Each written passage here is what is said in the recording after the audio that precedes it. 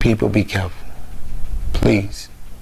Ricky Smith doesn't want anyone else to go through what he's experiencing. I'm in a terrible situation now because I have no other assets at this point. Ricky Smith, a 58-year-old man, says he lost approximately $80,000 of his life savings after becoming involved in what he now believes was a cryptocurrency investment scam. It's tragic. Smith says the situation developed over several months and began with a casual online interaction that did not initially appear suspicious. This freaky ass nigga, man. According to Smith, the incident started in May when he began communicating with someone on Facebook. The interaction appeared routine and did not involve any immediate discussion of money or investments. After some time, the conversation moved from Facebook to WhatsApp. Oh, God. Of course it's WhatsApp, bro. What the hell? Americans do not use WhatsApp, bro. Smith says the shift felt natural and did not raise concerns. Is that right? He believed he was continuing a private conversation with someone he had already been speaking to online. Is that right? But did not FaceTime, did not meet this person in person. Like, get the hell. Freaky ass nigga, man. Savings.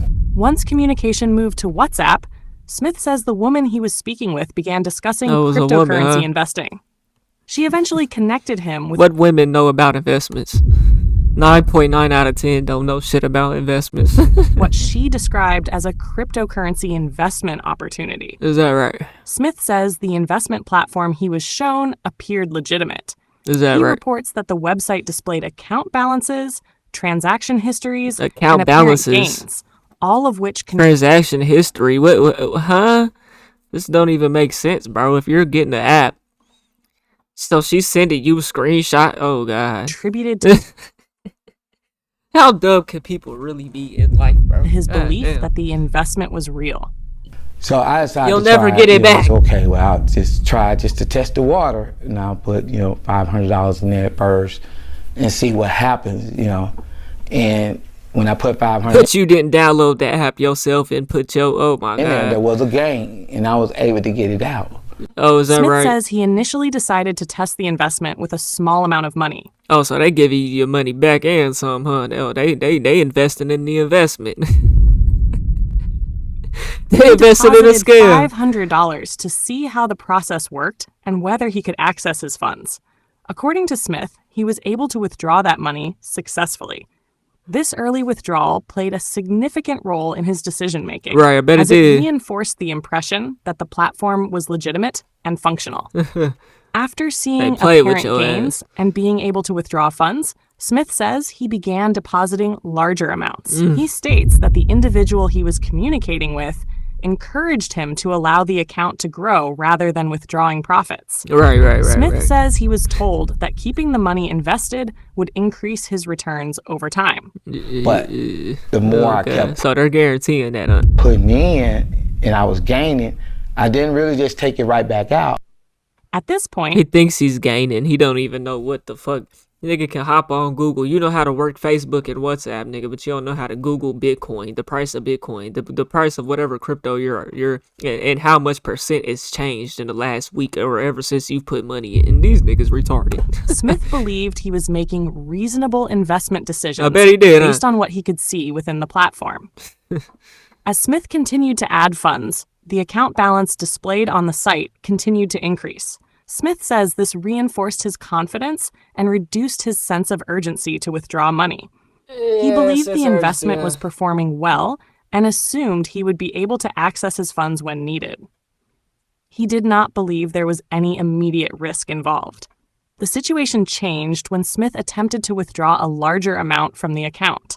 At that point, he says he was told that his funds could not be released unless certain conditions were met. What's that, And before you know it, when I tried to take it down, they said, hold up, you have to pay taxes on this money.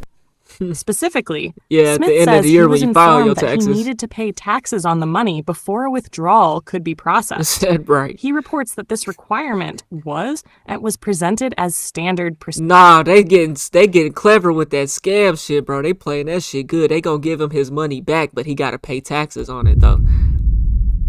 or they only gonna give him so much of it back. They playing that nigga dirty, boy. Procedure. Smith says he paid tens of thousands of dollars in additional payments In that he additional, believed huh? were required Damn. taxes or fees.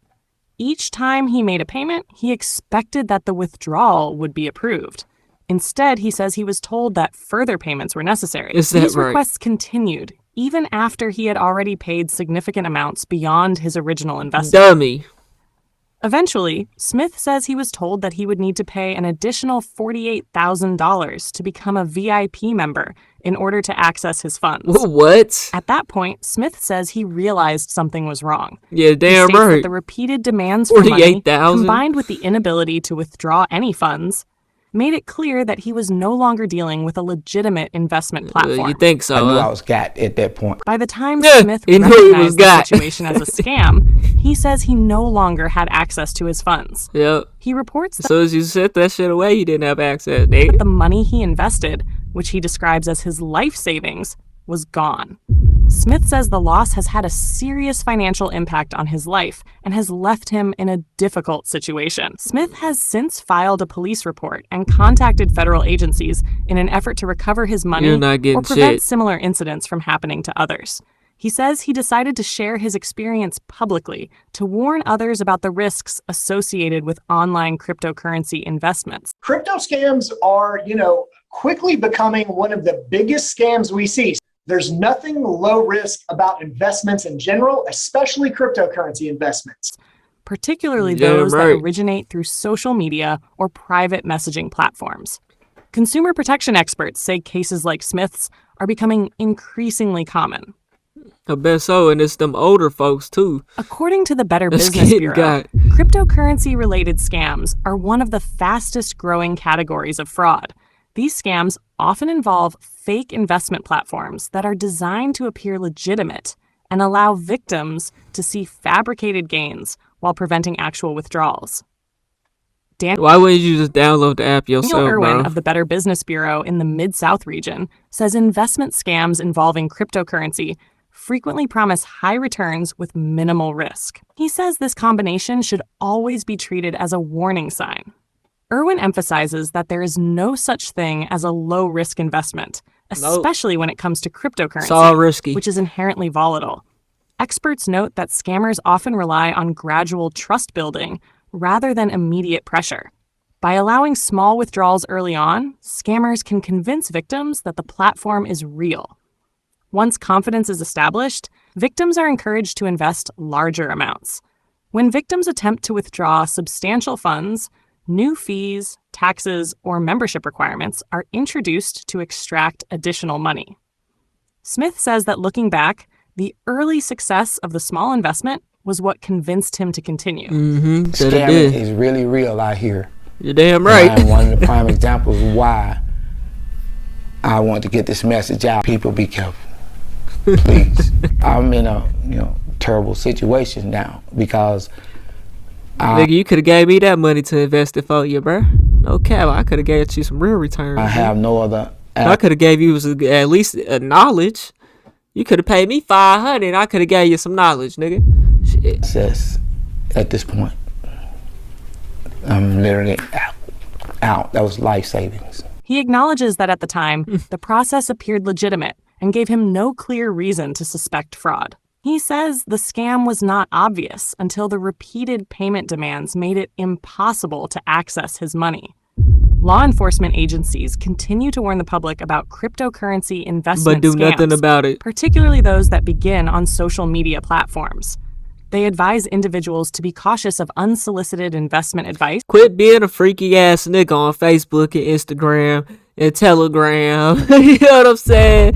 And over here think you finna get some, but they get their ass some money to do whatever the fuck. Y'all niggas gotta relax, bro. How much you wanna bet this man is single?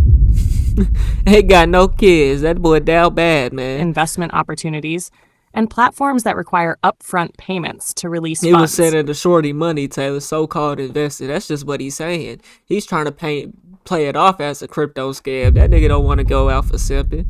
That nigga was tricking. That nigga was paying for some flicks or something, nigga. Ain't no telling what the flicks were. Come on now, that need to be investigated. Smith says his goal in speaking out is to prevent others from experiencing the same situation. He urges people to be skeptical of online investment opportunities and to verify the legitimacy of any platform before transferring money. He says he hopes his experience will serve as a warning and encourage others to seek professional advice before making financial decisions involving cryptocurrency. It cost that nigga $80,000 to figure that shit out. The Better Business Bureau and other consumer protection organizations recommend researching investment platforms thoroughly, avoiding pressure to move conversations to private messaging apps, and being wary of requests for additional payments labeled as taxes or fees. They also advise reporting suspected scams as soon as possible to help authorities track and shut down fraudulent operations. Smith's case highlights how quickly an online interaction can escalate into a significant financial loss. What began as a conversation on social media ultimately resulted in the loss of tens of thousands of dollars. Authorities continue to investigate similar cases as cryptocurrency scams remain a growing threat to consumers. So we have Hey man, y'all let me know what y'all think about that, man. Quit being thirsty out here, man. You ain't getting no buns from that bitch. You know what I'm saying? You ain't linking with the bitch. And the money you spend, you ain't getting it back, nigga. It's just that simple. Y'all let me know what y'all think, man. We on the road to 100K, okay? If you ain't hit that like button, subscribe button, and turned on all notifications, slap the dog shit about yourself, because that's the first thing you should have did when you clicked on this video. I'll get at y'all on the next one, and I'm gone. TYP the name.